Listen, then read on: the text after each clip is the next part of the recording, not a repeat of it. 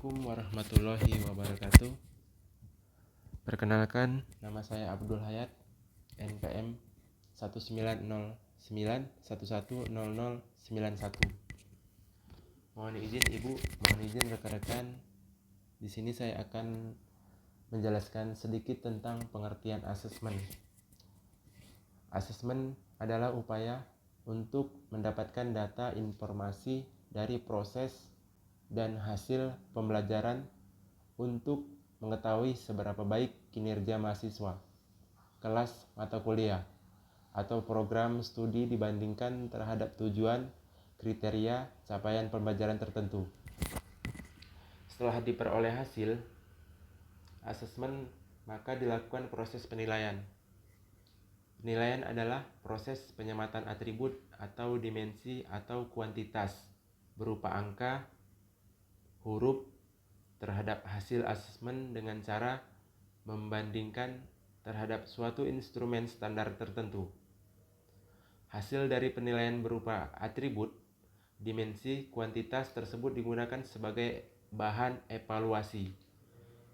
Evaluasi adalah proses pemberian status atau keputusan atau klasifikasi terhadap suatu hasil asesmen dan penilaian.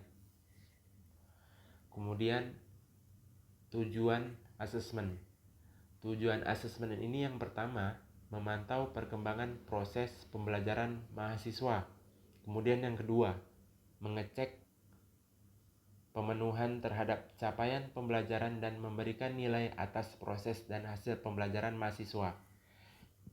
Yang ketiga, memperoleh umpan balik sebagai bagian dari siklus perbaikan berkelanjutan.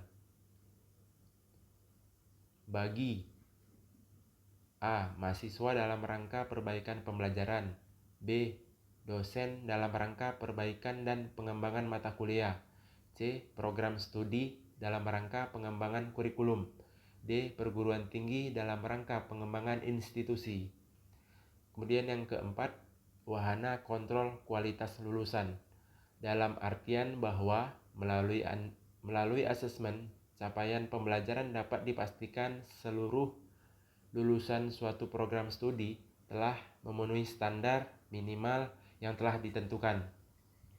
Kemudian yang terakhir, penunjang akuntabilitas institusi, yaitu sumber informasi terkait proses dan hasil pembelajaran kepada pemangku kepentingan terkait.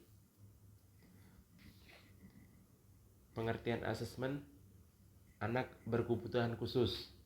Asesmen adalah proses yang sistematis dalam mengumpulkan data seorang anak.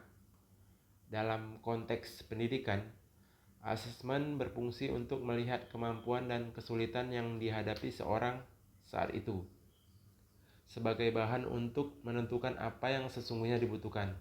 Berdasarkan informasi itu, seorang guru akan dapat menyusun program pembelajaran yang bersifat realistis sesuai dengan kenyataan, objektif dari anak tersebut. Kemudian yang terakhir, ada aspek asesmen anak berkebutuhan khusus. Yang pertama, asesmen perkembangan motorik. Yang kedua, asesmen perkembangan bahasa dan bicara. Yang ketiga, asesmen perkembangan sosial emosi. Yang keempat, asesmen perkembangan kognitif. Yang kelima, asesmen perkembangan akademik.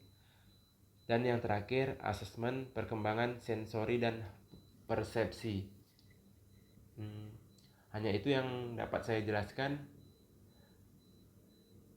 Lebih dan kurang saya mohon maaf. Saya akhiri. Wassalamualaikum warahmatullahi wabarakatuh.